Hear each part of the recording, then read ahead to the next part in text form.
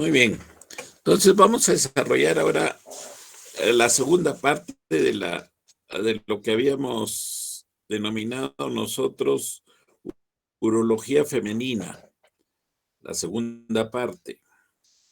En la primera parte hemos hecho la urología femenina básicamente referido a la incontinencia urinaria de esfuerzo.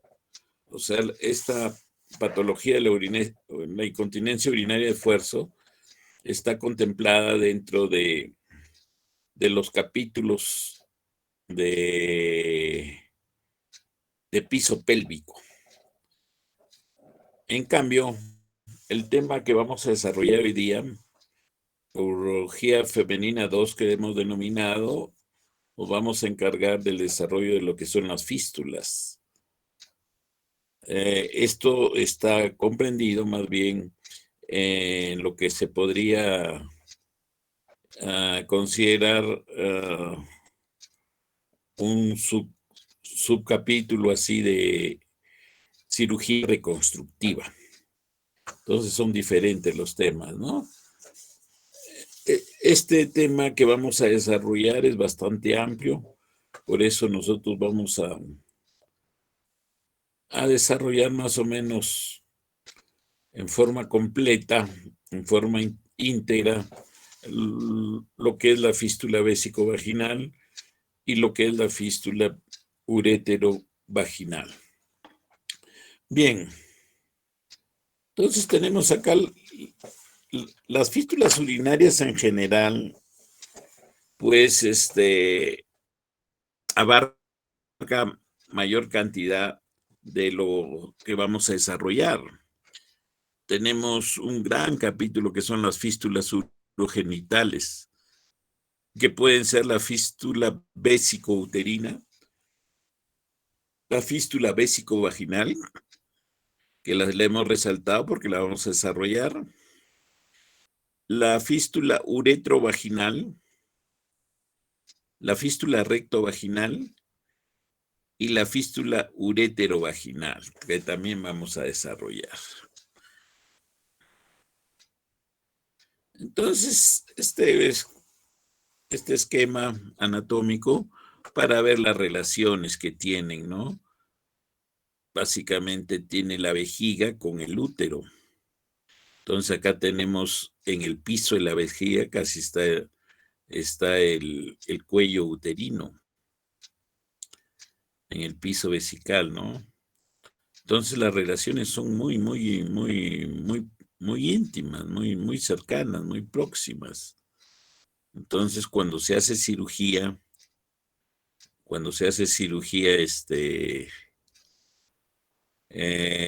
por decir, de cualquier cirugía pélvica, tanto oncológica o para retirar grandes tumores del útero. Entonces la proximidad de la vejiga está ahí nomás, entonces puede haber lesión, en algunas oportunidades es inadvertida, en otras se da cuenta el operador y la mayoría de veces pues prefiere solicitar la ayuda, la intervención del urólogo. Eso es cuando se detecta la lesión, ¿no? Intraoperatorio. Si no, las sintomatologías van a aparecer después de algunos días generalmente, como vamos a ver inmediatamente. Entonces acá, para ver un recuerdo anatómico del introito vaginal, nosotros tenemos pues la proximidad de la pared vaginal anterior. Acá tenemos el meato uretral y más o menos a 2 centímetros y medio, 3 centímetros se va a encontrar pues lo que se llama la zona del cuello vesical, la zona trigonal. Entonces, siempre es la solución, el tratamiento quirúrgico de las fístulas, tanto vésico-vaginales ureterovaginales, pues tienen sus tiempos preestablecidos y los abordajes generalmente para la vesicovaginal son vía suprapúbica o vía vaginal. Últimamente se está utilizando más la vía vaginal con muy buenos resultados. Nosotros, la mayoría de los urólogos por formación quirúrgica, no nos gusta, nos sentimos más cómodos con la cirugía suprapúbica, o sea, a través de la zona suprapúbica, el abordaje.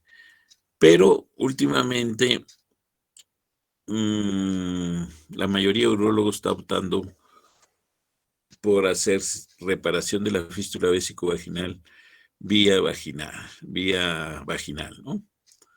Entonces, es cuestión de por decir, tener cierta experiencia en la cirugía vaginal, porque no va a ser más compleja que la cirugía que hacemos por la zona suprapúbica, ¿no? Es cuestión de, hasta cierto punto, de perderle un poquito el miedo, se podría decir, del abordaje a través de la pared vaginal, ¿no? A través de la vagina. Acá para resaltar nomás la proximidad, ¿no? Aquí tenemos la vagina, ahí está el cuello uterino y está la vejiga. O sea, en la histerectomía abdominal y también a veces en la vaginal puede en forma inadvertida, sobre todo cuando se hace hemostasia o cuando se liberan algunos ligamentos, puede pasar inadvertida una lesión a nivel de la vejiga y va a condicionar la presencia pues, de una fístula vésico-vaginal. Bien, entonces la fístula vésico-vaginal, acá tenemos el esquemita, tenemos el hueso púbico, la zona retropúbica, la vejiga, y acá tenemos el canal vaginal, ¿no es cierto? Cuello uterino, útero. Entonces aquí se ha graficado pues una conexión anómala entre la luz vesical y la vagina. Entonces hay una comunicación anormal que esto indudablemente va a condicionar un flujo permanente de orina. Entonces esta sería la fístula vésico-vaginal. Acá, para graficar en una forma más, un poquito más grosera, más evidente, más simple, la conexión entre la vejiga y la vagina. Entonces hay una comunicación anómala que vendría a ser la fístula. Entonces la fístula vésico-vaginal es la comunicación anormal entre el epitelio vaginal y el epitelio vesical, resultando una fuga continua de orina a través de la vagina. O sea, es una incontinencia verdadera permanente, ¿no? Las lesiones del tracto urinario se producen entre el 0,2 y el 6%, derivadas de la cirugía pélvica y complicaciones ginecológicas, según Ulises López Telles, quien en el año 2016 en La Habana, Cuba, hace un estudio en un hospital especializado, incluyendo casos desde el año 2003 al 2013 y encuentra 45 casos de fístulas urinarias, de las cuales 30 fueron fístulas vésico-vaginales, y 15 fueron fístulas ureterovaginales. En su hospital, el tratamiento de las fístulas vésico-vaginales se realizaron en la mayoría de casos con la técnica de Trendelenburg, o sea, vía vaginal, y solo un 10% con la técnica de O'Connor, o sea, suprapúbica. Las fístulas urétero-vaginales se resolvieron con el reimplante urétero-vesical según Paquin. O sea, es una técnica ideada por Paquin. En el 87% de los casos y anastomosis término-terminal en el 13% de casos. Entonces, este estudio pues no escapa, está acorde con la mayoría de los estudios que se han hecho en diferentes centros hospitalarios, en diferentes países, ¿no? Roberto Garza Cortés, del Centro de Cirugía Robótica y de Invasión Mínima en Caracas, Venezuela, el año 2012 encuentra que la fístula vésico-vaginal representa el 84.9% de las fístulas genitourinarias. Siempre es mayor la fístula vésico-vaginal y se presenta luego de procedimientos uroginecológicos en países desarrollados. Procedimientos, o sea, cirugías. La fístula urétero-vaginal se puede presentar después de la cirugía pélvica, especialmente luego de procedimientos ginecológicos. Lee, en Corea, el año 2012, encuentra también que en la cirugía gineco-obstétrica más frecuentes son las lesiones vesicales que las ureterales. La proporción casi estable, 3-1. En el Perú, José Sandoval, el año 1998, presentó en la revista peruana de gineco-obstetricia una revisión hecha en el Hospital Arzobispo Loaiza, donde encuentra que entre los años 1980 al 97, o sea, 17 años, las fístulas vaginales se presentaron en promedio de 9.6 casos por año, y las causas principales posterior a la histerectomía abdominal fueron en aproximadamente 43%. Las fístulas vésico-vaginales fueron 57%, vésico-vagino-rectal 16% y urétero-vaginal 12%. El tratamiento de la fístula vésico-vaginal fue la reparación quirúrgica a los 4 a 24 meses y la fístula urétero-vaginal a los 2 o 6 meses. La recidiva fue del 8%, la recidiva en general fue del 8%. El tratamiento de las fístulas vésico-vaginales, el abordaje abdominal, fue exitoso en el 80% de casos. Y el abordaje transvaginal en 53%. O sea, hay una preponderancia de éxitos con el abordaje abdominal sobre el transvaginal. Últimamente, como les digo, la mayoría de los centros hospitalarios a nivel nacional e internacional está haciendo más la vía transvaginal. Acá tenemos un Beniqué, un dilatador uretral, ingresa por la uretra y hay una comunicación anómala acá con la pared vaginal desde la vejiga. Las causas de la fístula vésico-vaginal en los países desarrollados es la histerectomía. Su incidencia es de aproximadamente 1 en 800 histerectomías. En los países en vías de desarrollo, las fístulas vésico-vaginales se presentan por partos distóxicos. Esto está disminuyendo. ¿Por qué? Porque ya hace como 15, 20 años, un poco más, el Estado ha invertido, ¿no?, en los programas madre-niño, y hay mayor control en el manejo obstétrico a nivel nacional. Entonces eso ha influido positivamente, y más bien nosotros nos estamos acercando lentamente a lo que podría ser los números, las estadísticas que se presentan en países adelantados, más desarrollados, ¿no? Otras causas de fístula vésico-vaginal puede ser la radiación, el carcinoma pélvico avanzado, infección tuberculosa, cuerpos extraños vesical o vaginal. La clasificación, hay diferentes clasificaciones, vamos a mencionar algunas de ellas. Tenemos, por su localización, puede ser trigonal,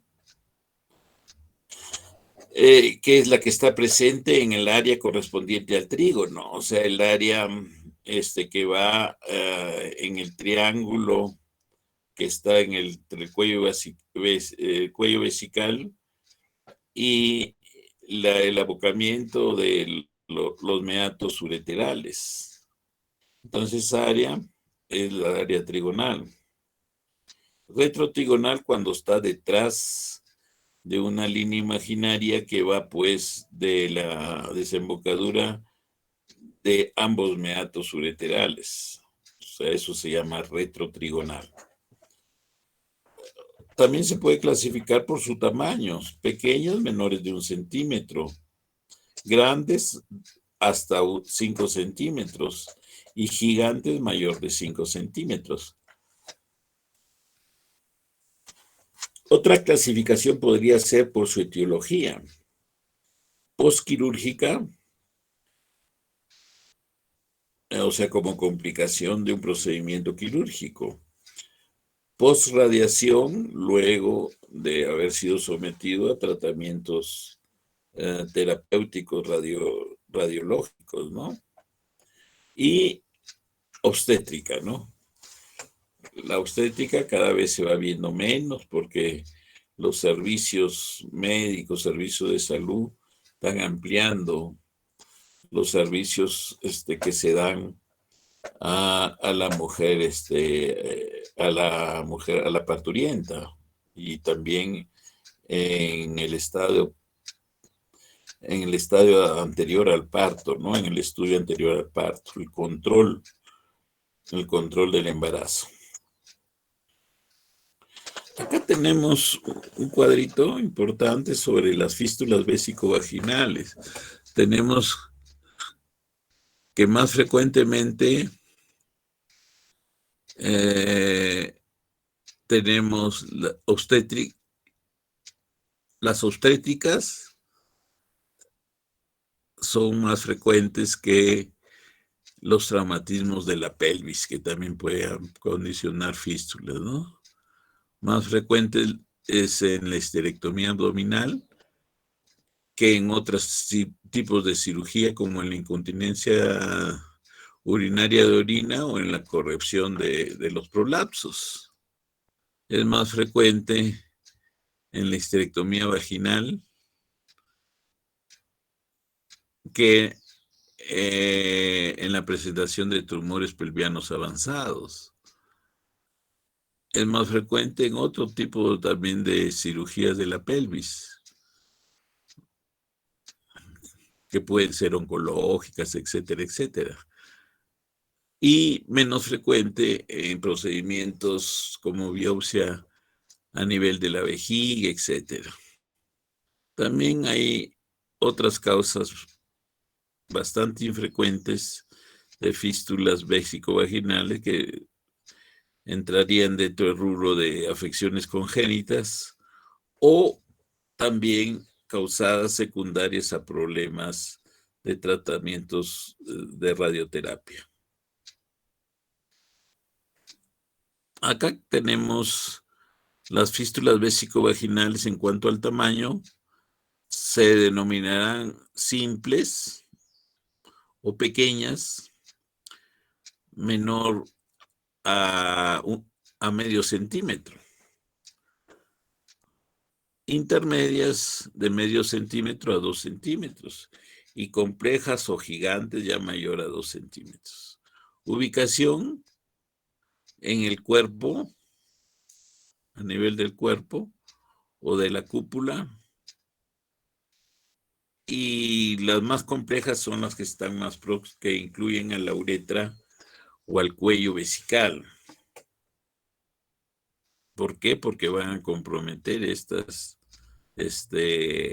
a los mecanismos, a las zonas esfinterianas, donde están los mecanismos, pues, de continencia.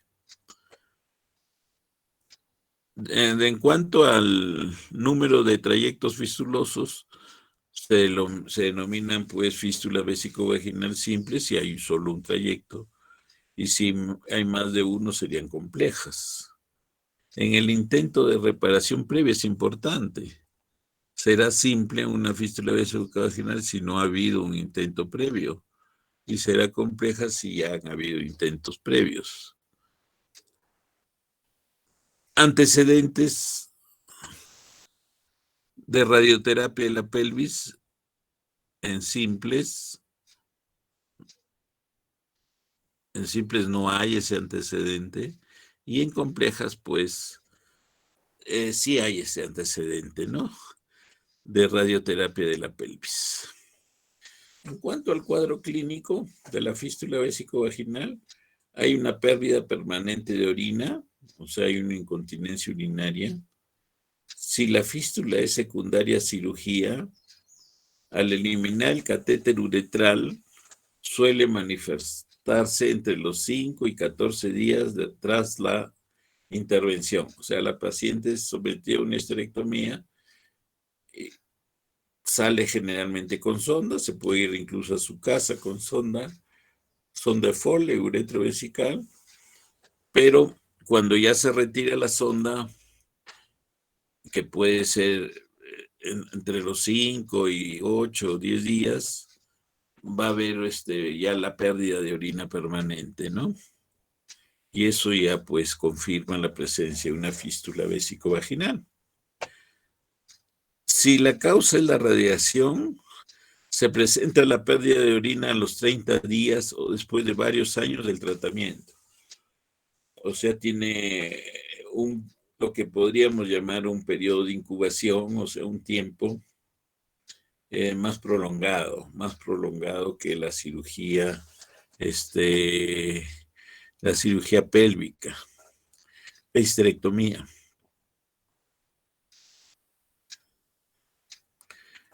El diagnóstico se puede hacer en el intraoperatorio, si se da cuenta el cirujano. Entonces si se da cuenta, hace la reparación correspondiente o llama al urólogo para que dé un apoyo en el cierre del defecto. Lo más frecuente es observar en el postoperatorio secreción vaginal abundante, dolor abdominal intenso, urgencia e incontinencia total diurna y nocturna, o sea, pérdida de orina permanente. Se presenta desde la segunda semana del postoperatorio hasta meses o incluso años después. En cuanto al examen clínico, es necesario explorar la cara anterior de la vagina. Igualmente, explorar bien el fondo vaginal. Para hacer el diagnóstico y ante la sospecha hay que instalar azul de metileno intravesical y comprobar la presencia en la vagina con el test de Moore o de los 3 tampones. O sea, antes de introducir el azul de metileno por la uretra con una sondita, que puede ser una sonda Nelat o sonda Foley, antes de eso nosotros colocamos tampones a nivel del canal vaginal. O sea, empotramos gasas, pueden ser gasas, paquete de gasas medianas, humedecidas, y se van a empatar ahí en la, en la vagina. Entonces empezamos nosotros a retirar, inyectamos el colorante, en este caso el azul de metileno, y vamos a retirar los tampones, ¿no? Si el tampón manchado es proximal, o sea, si nosotros retirando encontramos que se ha manchado el tampón que está al fondo, o sea, en contacto con el cuello uterino, entonces nosotros asumimos, si solo sale orina clara, se sugiere que hay una fístula urétero-vaginal, porque no hemos inyectado colorante y no hemos obtenido colorante en la zona proximal, o sea, próxima al cuello uterino. Entonces, si es orina clara, está humedecida, asumimos que lo más probable es que esté presente una fístula urétero-vaginal. Y si el azul, si se tiñe el tampón proximal, o sea que está en contacto con el cuello uterino, se tiñe de azul, entonces asumimos que se trata de una fístula vesicouterina. Si el manchado más bien es en el tampón medio, con azul de metileno, se piensa en una fístula vesicovaginal. Y si la mancha es distal, o sea, en el tampón que está más próximo al introito, entonces, si sale con azul de metileno, estamos asumiendo que hay una fístula uretrovaginal, o se puede tratar también de un problema de incontinencia urinaria. El examen clínico se debe hacer una uretrocistoscopía para visualizar el trayecto fistuloso. Se puede hacer una cistografía miccional para ver la fuga de orina hacia el canal vaginal. También puede confirmar el diagnóstico una urografía intravenosa. Vamos a ver extravasación de contraste de la vejiga hacia la vagina. Y igualmente vamos a ver en las imágenes con el urotem. O sea, se va a ver, se va a encontrar contraste a nivel de la vagina. El tratamiento. Las fístulas de origen obstétrico, debido a la respuesta inflamatoria isquémica, deben tratarse en forma retrasada. O sea, la reparación se debe posponer por lo menos de 3 a 6 meses. Las fístulas secundarias a radioterapia deben esperar por lo menos 12 meses para su tratamiento. Y las fístulas no complicadas pueden tratarse a las 2 o 3 semanas, o sea, en forma precoz. Generalmente son esas fístulas que rápidamente son diagnosticadas y que podría optarse por un tratamiento precoz. En el tratamiento se realiza debe realizarse como paso importante en la decisión, o sea, el retirar todo el trayecto fistuloso, previa tutorización del mismo. O sea, si el abordaje es vía vaginal, nosotros tratamos por el ostium de la fístula que se logra ver por la pared vaginal anterior. Nosotros introducimos una sonda Foley delgada, puede ser pediátrica de 10 o 12 Charrier. Inflamos el globito después que hayamos introducido más de unos 5 centímetros por el ostium de la fístula. Entonces inflamos el globito y traccionamos para favorecer la incisión rodeando el trayecto fistuloso, el mismo que puede ser disecado con una tijera de Metzenbaum, ¿no? Y se extrae el trayecto fistuloso como si hubiésemos extraído pues un pequeño carrete, un tubito, ¿no? Acá tenemos un trayecto fistuloso organizado, pequeño. Acá tenemos otro trayecto ya mucho más grande, una comunicación anómala. Entonces nosotros aquí aparentemente es un trayecto visto por la vejiga, con un cistoscopio. Entonces, nosotros para ya cuando hacemos la cirugía, si es suprapúbica, nosotros introducimos una sondita Foley de 8 o 10 Charrier, inflamos el globito va a estar inflado en el canal vaginal, en la luz vaginal, y nosotros traccionamos para hacer la escisión del carrete fistuloso. Y después se hace reparación por separado, por plano, ¿no? Acá tenemos otro orificio fistuloso visto por cistoscopía. Entonces nosotros, si estamos con la vejiga abierta, vamos a introducir una sondita de 8 o 10 Charrier, inflamos su globo y traccionamos para que nos facilite la escisión del tubito fistuloso.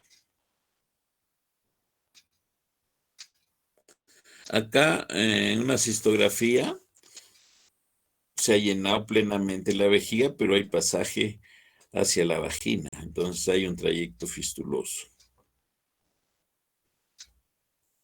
Acá igualmente una fístula vésico-vaginal, pero ya en un corte de una tomografía axial computarizada, se ve la sonda y se observa claramente cómo hay pasaje de contraste hacia la vagina.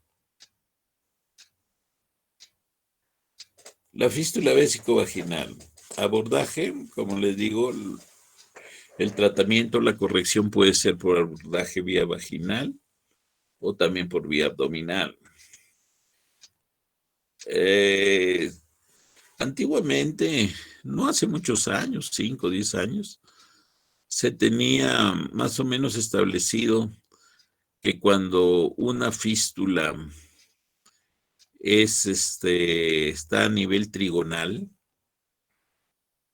llamadas también fístulas anteriores o trigonales, entonces el abordaje necesariamente tenía que ser vía vaginal.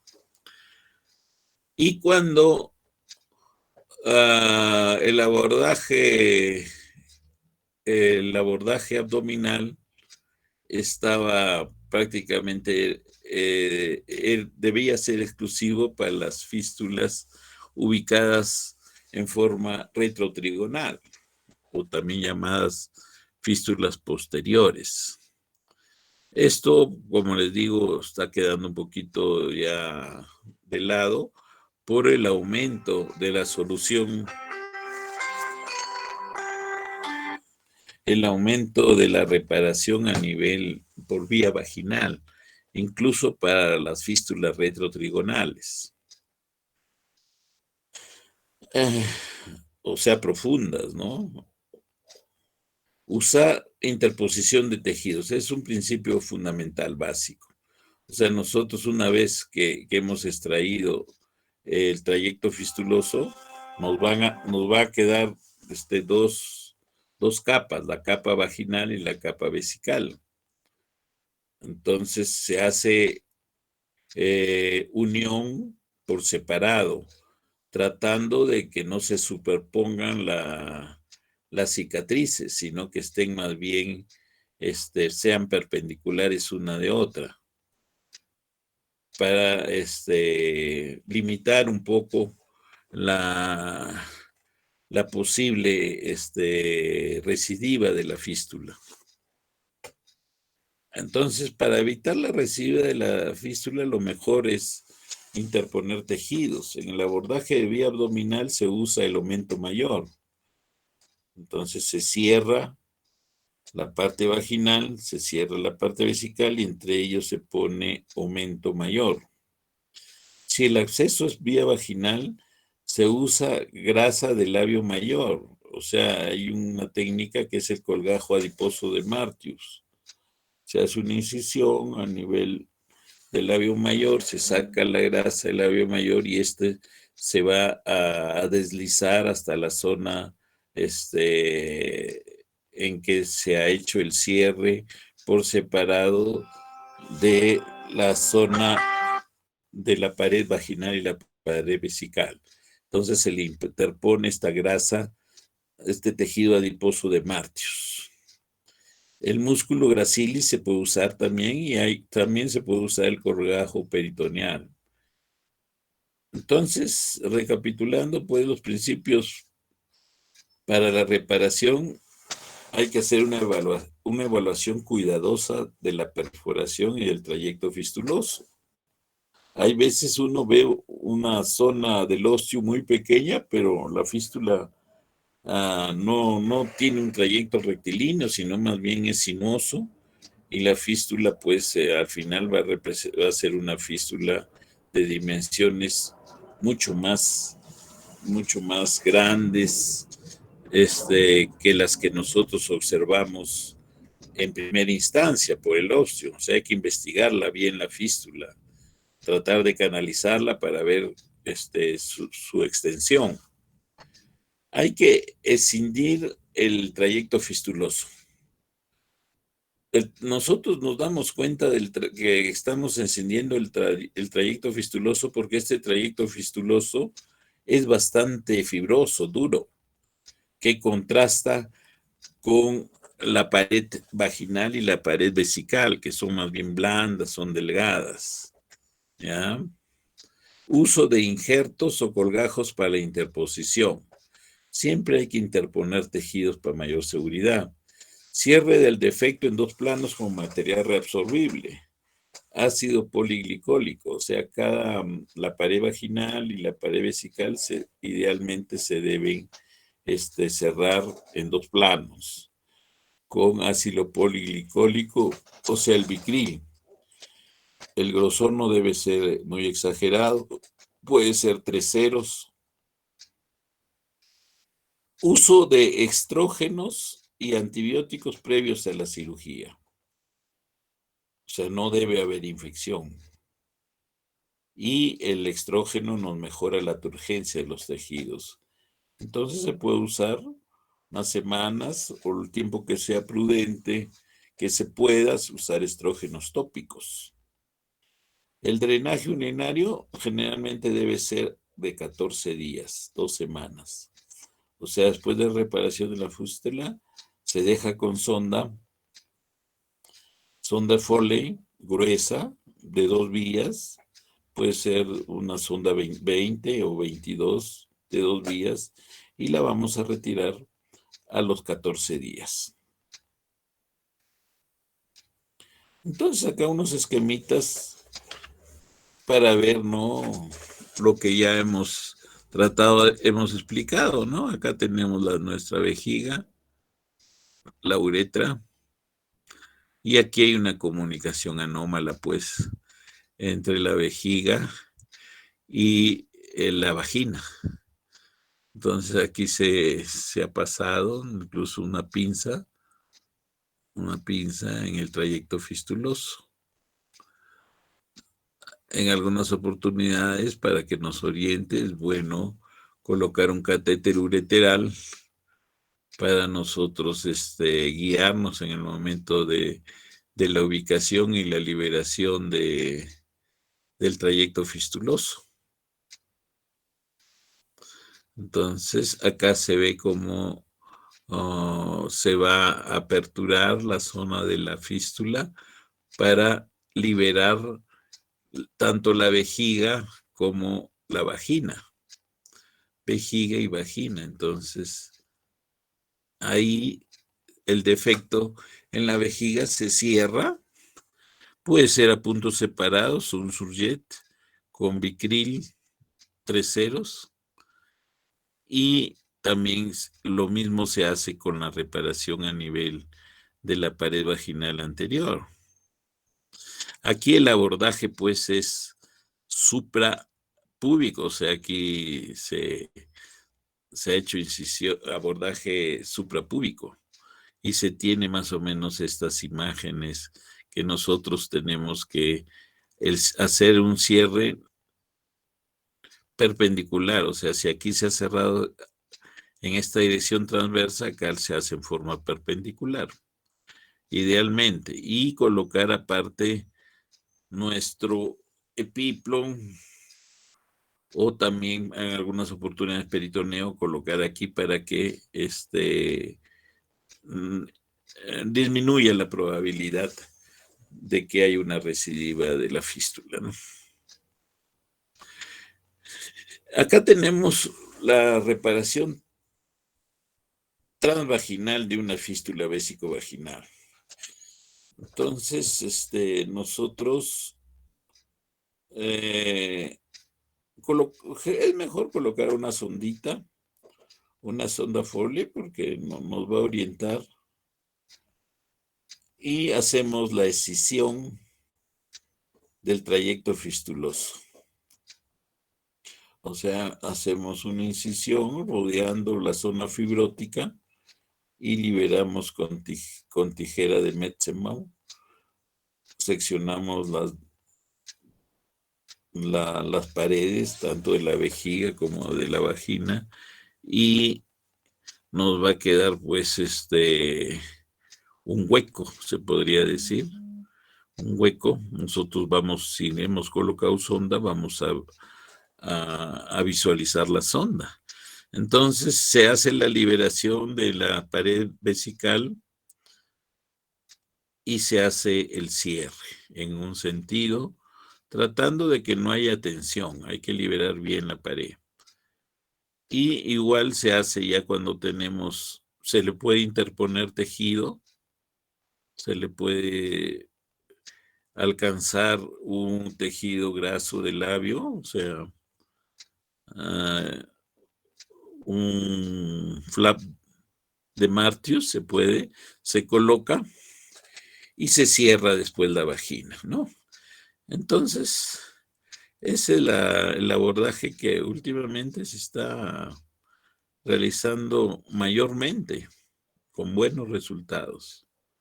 Entonces se cierra en un sentido y en otro sentido perpendicular la mucosa vaginal. Acá tenemos una reparación transvesical, o sea, ya vejiga abierta. Entonces ubicamos el trayecto fistuloso, se hace incisión alrededor de él, se liberan tanto la mucosa vaginal como la pared vesical. Por separado se hace el cierre, que puede ser sullero o puntos separados. Preferible, y personalmente pongo puntos separados. Y el cierre no es en el mismo sentido, sino debe ser perpendicular. Cierre en un sentido uno y perpendicular el otro. Interposición de tejidos. Entonces acá se está reparando, pues para la reparación transvesical, nosotros empotramos gasas en la vagina para nosotros visualizar. Al fondo vemos las gasas y sabemos que tenemos que trabajar resecando la zona fibrótica y hacer después por separado el cierre de la vagina y de la vejiga interponiendo tejidos. Acá tenemos la reparación transvesical. Probablemente ya se resecó. Siempre el trayecto fistuloso parece chiquito, pero ya cuando se reseca toda la fístula, todo el trayecto fistuloso, queda mucho más grande el defecto. Hay que liberar bien los bordes y hacer el cierre sin que haya tensión. Y con buena vascularización, que sean sangrantes, preferible los bordes. Entonces es la misma reparación, vejiga abierta y reparación. Se tutorizan los meatos ureterales para no comprometerlos. Entonces aquí ya se ha realizado el cierre. Acá esquemas de lo mismo, cierre transversal y perpendicular el otro, interponiendo tejidos. Acá en la vía abdominal es un esquemita también que hay que liberar bien, hacer la incisión del trayecto fistuloso y llevar, ya cuando se hace el cierre, interponer epiplum, aumento mayor, para disminuir la probabilidad de una recidiva. Entonces acá tenemos una técnica que es la que nos agrada y la que hemos realizado mayormente, porque ustedes, como comprenderán, las fístulas vésico-vaginales no se operan, pues, por decir, dos en un mes, nada. Ustedes pueden tener la suerte de encontrar fístulas vésico-vaginales una cada 2, 3 meses, a veces es 1 o 2 al año. Como han visto las estadísticas de hospitales de referencia como es el Loaiza, ¿no? De que en promedio había, creo, 6, 8, 9 por año nomás. Entonces, no es tan frecuente, pues una cirugía no es tan frecuente y la mayoría de veces nosotros hay que ir a la segura. Aquí está la vejiga abierta. Entonces, nosotros abrimos la vejiga en forma con una incisión longitudinal que sale del cuello vesical. El cuello está hacia la cúpula. Abrimos y vamos a ubicarla al trayecto fistuloso. Ubicamos el trayecto fistuloso y nosotros seguimos cortando la parte que iba a la cúpula, seguimos cortando hasta el trayecto fistuloso. O sea, abrimos como un pan prácticamente la vejiga. Entonces, realizamos la excisión o retiramos el trayecto fistuloso y empezamos a liberar la pared vaginal y de la pared vesical. Y nosotros, acá se está haciendo la exéresis del trayecto fistuloso y después que ya hemos hecho la exéresis, empezamos el cierre primero de la vagina, cerramos en un sentido, puede ser surgidos puntos separados, y después interponemos el tejido, el epíploro o lo que deseamos, y después ya hacemos el cierre sin tensión de toda la apertura, la gran apertura que hemos hecho de toda la vejiga. La vejiga, afortunadamente, es un órgano muy noble y no va a haber problema. Aquí lo que se logra con esta técnica transvesical de Connors, que nos ha dado muy buenos resultados, es la falta de tensión. O sea, no hay tensión cuando nosotros afrontamos tanto la vagina, pared vaginal, como la pared vesical. Incluso le damos nosotros, hay veces le hemos dado en un solo plano hemos cerrado, porque es bastante tedioso, pues, cerrar la vejiga que ha sido aperturada como si fuera un pan que se apertura para echar mantequilla, sí, prácticamente la abrimos. ¿Ya? Muy buenos resultados porque no hay tensión, o sea, no hay recidiva generalmente con esta técnica. Entonces acá algunas imágenes del tratamiento quirúrgico de la fístula vésico-vaginal. Vemos el ostium vaginal. Entonces, este ostium es grande. Entonces hay que hay que hacer la excisión del trayecto fistuloso en la zona fibrótica y hacer el cierre por separado de vagina y de vejiga. Entonces acá, en una forma gráfica, estamos viendo, pero ya aquí es un abordaje diferente, vía vaginal. Es lo que se está estipulando ahora, como les digo. Se está sacando el ostium, o sea, el trayecto fistuloso,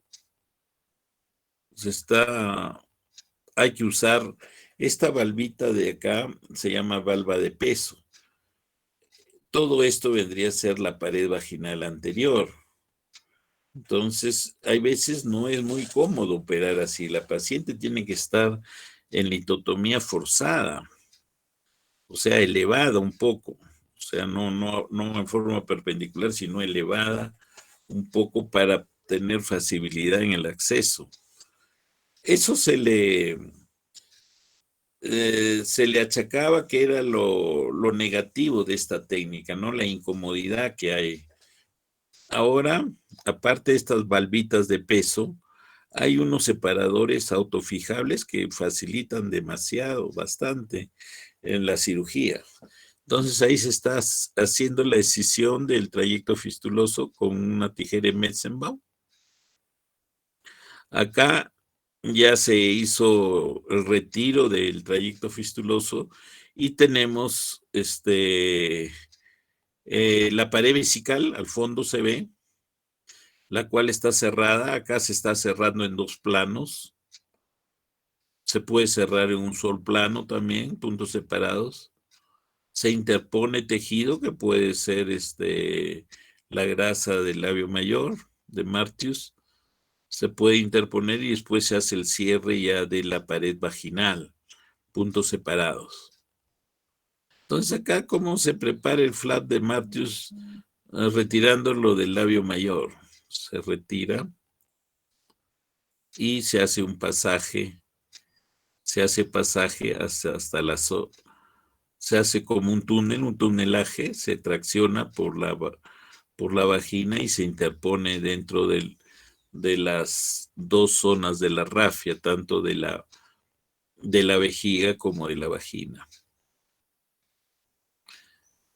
Acá tenemos ya un abordaje transvesical. Es lo que habíamos visto antes. Siempre hay que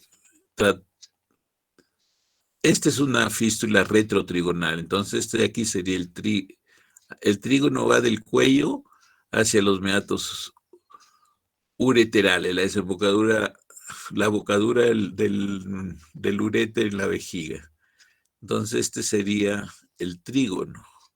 Entonces esta fístula es retrotrigonal, o sea, está más detrás del trígono. Antiguamente las fístulas trigonales, o sea, las que se daban aquí debajo de este globito que está, el globito de la sonda de Foley, el abordaje obligatoriamente es más fácil y más accesible vía vaginal. Eso sí. Entonces, tenemos acá disección del trayecto fistuloso, hay que liberar todo el trayecto fistuloso en el abordaje vaginal. Entonces, en el abordaje abdominal. Aquí se está trabajando el orificio fistuloso de la vagina hasta abajo y arriba se está buscando el orificio fistuloso de la vejiga. Entonces se hace un cierre, uno en un sentido transversal y puede ser perpendicular y se interpone epiplum o peritoneo también se puede interponer. Miren, ahí hasta se logró el cierre de vejiga y de vagina y queda solo interponer el tejido del epiplum o lo que sea, ¿no? Toda esta cirugía, tal y conforme se ha hecho siempre cirugía convencional abierta, se puede hacer vía laparoscópica.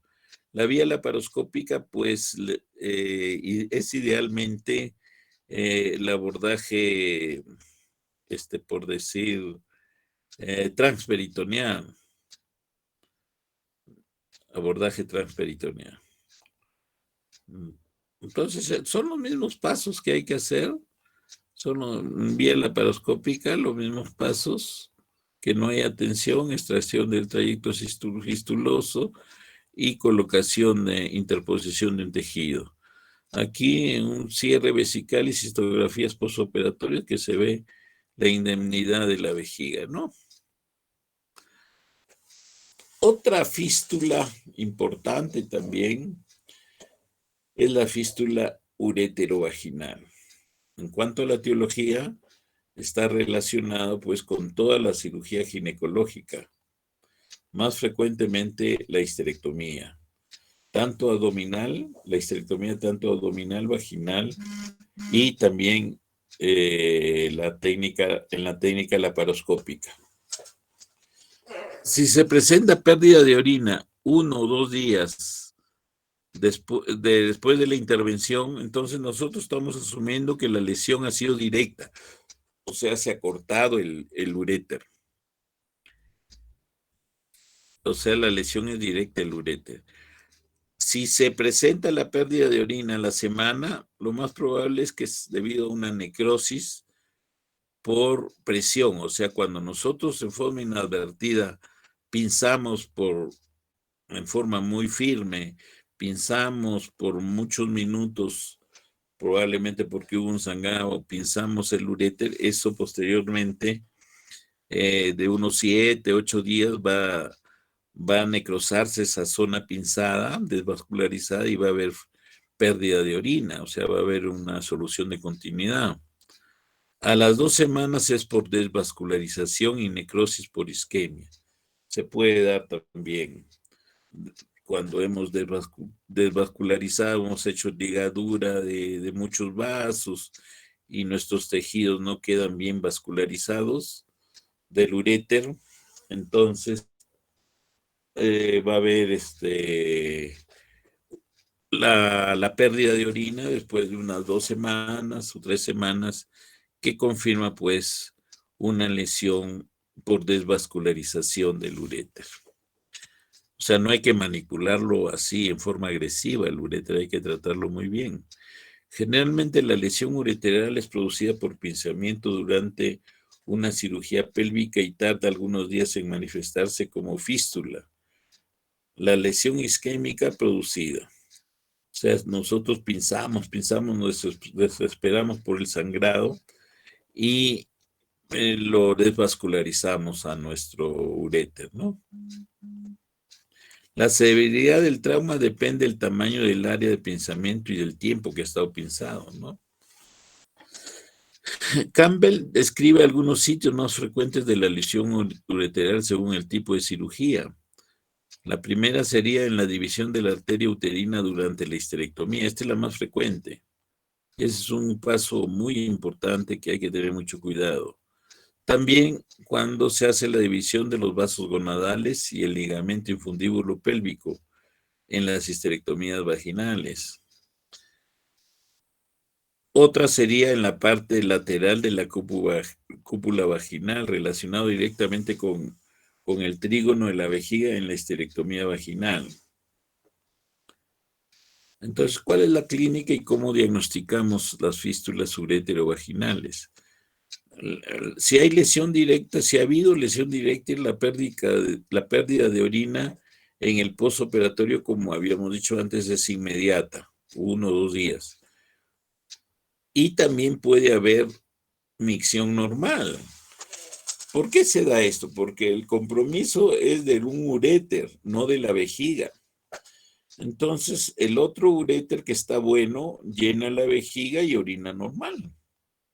Pero también hay pérdida permanente de orina, que está dado por la lesión a nivel del uréter comprometido, ¿no? Puede haber, en las lesiones por necrosis hay dolor lumbar, náuseas, hilio paralítico, fiebre y mal estado general hasta que se crea la fístula.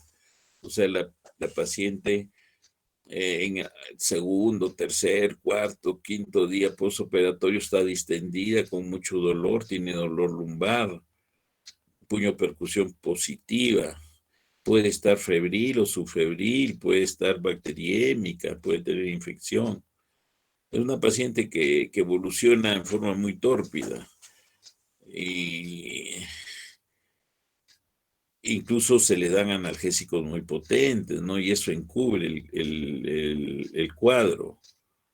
Entonces hay que tener cuidado con eso. Pero una vez de que se revienta, entre comillas, revienta o estalla el uréter porque está ligado, o por decir, eh, la zona de necrosis ya ha perforado el uréter, empieza pues un mejoramiento clínico en el sentido de que ya no hay dolor, pero empieza a aparecer pues gran pérdida de orina por la vagina en forma permanente, una incontinencia permanente. Entonces, por la desvascularización, a los 14 días aparece la fístula con fiebre y dolor pélvico. Al llenado de la vejiga con azul de metileno no se observa pérdida de colorante hacia la vagina. Es algo lógico, la vejiga está indemne. Hay salida de orina, pero si nosotros metemos colorante por la uretra, no vamos a obtener orina con colorante en la vagina, porque la vejiga está completa, no ha sido lesionada. El problema es en el uréter. Se puede colocar un catéter ureteral y una gasa vaginal con instelación del azul de metileno, esto con citoscopio indudablemente, a través del catéter ureteral. O sea, nosotros cateterizamos el uréter sospechoso, el meato ureteral sospechoso de estar comprometido e inyectamos contraste. Si este sale por la vagina, se demuestra pues de que hay una fístula urétero vaginal. La cistoscopía suele ser normal, tiene que ser normal porque no hay lesión de vejiga. Antecedente de cirugía ginecológica es importante, el antecedente. La urografía excretoria, en el 90% de los casos hay una uretropilocalectasia supralesional. Este dato es importante. O sea, se ve que está dilatado el uréter y el sistema colector del lado comprometido, ¿no? La ecografía renal lo que debe buscar es la presencia de hidronefrosis. La pielografía ascendente continúa siendo el estudio más exacto para determinar si existe fuga de contraste por compromiso ureteral después de la cirugía ginecológico-pélvica. Es lo que habíamos dicho antes, ¿no? Si hago cistoscopía, cateterizo el meato que sospecho que está comprometido y inyecto colorante azul de metileno, y si ese azul de metileno empieza a salir a verter por la vagina, entonces se confirma el diagnóstico, ¿no? El tratamiento, reparación quirúrgica abierta.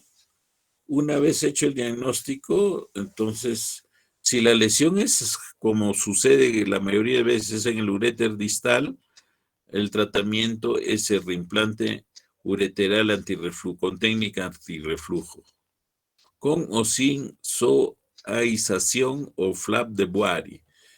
Esto si el uréter ha sido lesionado, o por decir, más proximalmente, o sea, más alejado de la vejiga, ha sido lesionado, entonces hay veces uno trata de hacer reimplante urétero vesical, pero queda mucha tensión. Entonces hay que hacer lo que acá nos dicen, ¿no? Una soaización, que consiste en liberar bien la vejiga, liberarla y levantarla unos 3, 4 centímetros y ponerle puntos al psoas para que llegue sin tensión el uréter en la anastomosis urétero-vesical con técnica antirreflujo. Eso se llama soaización, y el flap de Boari consiste en liberar bastante la vejiga, y hacer un túnel con la pared vesical para que vaya en busca del uréter que está corto, y se hace la anastomosis término-terminal. Las anastomosis términos terminales en la vía urinaria, sobre todo en el uréter, tienen que ser espatuladas, nunca pueden ser perpendiculares, ¿ya? Si la lesión es en el uréter medio, la anastomosis término-terminal se hace siempre espatulando. No es conveniente a veces realizar la técnica que se llama transurétero-ureterostomía, o sea, el uréter que ha sido lesionado, supongamos el izquierdo ha sido lesionado y está corto, está por la mitad. Entonces, en esta técnica se hace el pasaje hacia al uréter contralateral, en este caso el derecho, en el ejemplo que estamos dando.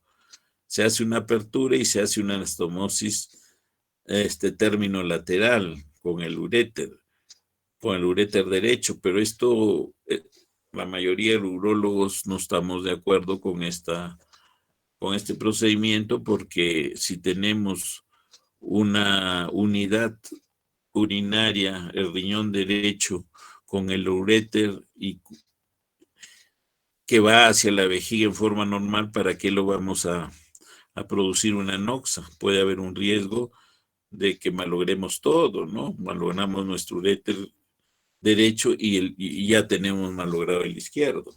En algunas oportunidades es mejor incluso llegar a la nefrectomía o llegar al autotrasplante, bajar el riñón a la zona pélvica para que el uréter dé con mayor facilidad y no haya tensión en su anastomosis urétero-vesical. ¿Ya? Entonces eso también se hace, todo lo que se hacía, se ha hecho, hemos hecho en cirugía convencional, cirugía abierta, todo se hace ahora con urétero, con cirugía laparoscópica, y donde se tiene robots lo hace igualmente la cirugía robótica. Entonces la fístula urétero-vaginal actualmente se propugna en el tratamiento de las fístulas urétero-vaginales que el tratamiento inicial puede ser conservador. Hay algunos que hacen tratamiento conservador, que consiste en colocar un catéter doble J, que generalmente fracasa, pues existe la alta probabilidad de estenosis. Selman y colaboradores informaron de un abordaje endourológico de las fístulas que incluye la colocación de catéter doble J más nefrostomía percutánea, o sea, derivamos la orina para que no nos fastidie la zona comprometida.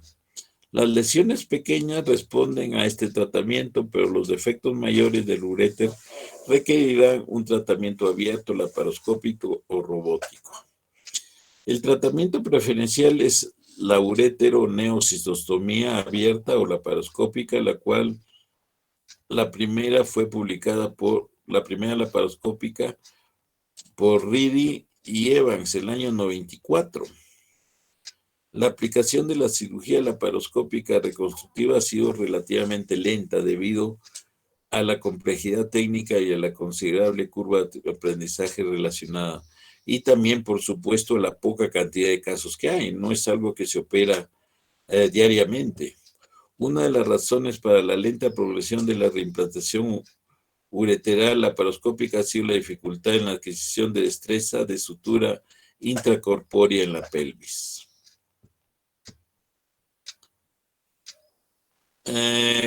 Johans y colaboradores informaron el primer caso de reimplante robótico el año 2004. Las indicaciones actuales de la cura quirúrgica robótica son fístula alta o replegada con vagina estrecha,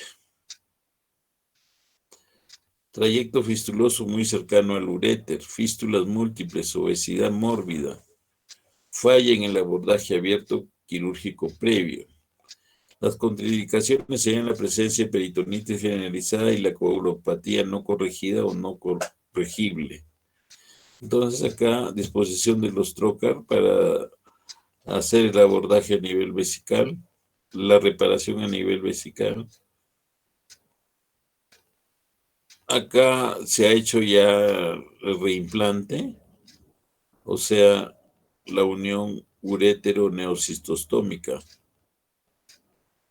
Muy bien, entonces es una clase bastante técnica, de técnica quirúrgica. No sé si han logrado entender muy bien, pero los principios básicos hay que tenerlos siempre en reparación de fístula. Fístula es algo de cuidado. ¿Saben por qué? Porque la mujer portadora de la fístula se siente muy incómoda, se siente con un estado depresivo marcado. Igualmente el esposo, el grupo familiar, los hijos. Imagínense estar con pañales esperando la reparación. En algunas oportunidades hay que realizarlo 3 o más meses después de la lesión, sobre todo cuando la lesión no fue advertida inicialmente. Hay veces se le da de alta a las pacientes y en su casa empiezan a hacer la pérdida urinaria por lesión del uréter o también por lesión de la vejiga, ¿no? Entonces es un cuadro bastante, por decir, crítico, tanto para el paciente, el grupo familiar, como para el médico. El médico eh, no está exento de cuestiones médico-legales que le empiezan los pacientes. Y el que va a reparar tiene que meterse en el pleito. El urólogo no tiene nada que hacer ahí, pero es el que teóricamente debe solucionar el problema. Entonces está inmerso a veces también en problemas médico-legales. Bien, entonces, si hubiera alguna preguntita, sería bueno que la planteen, o si no, damos por concluida nuestra clase.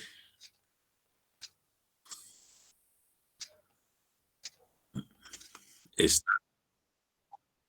Muy bien, entonces vamos a quedar ahí.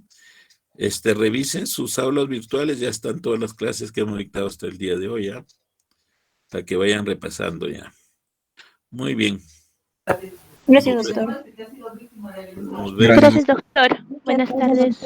Buenas Gracias, tardes. doctor. Buenas tardes, gracias, doctor.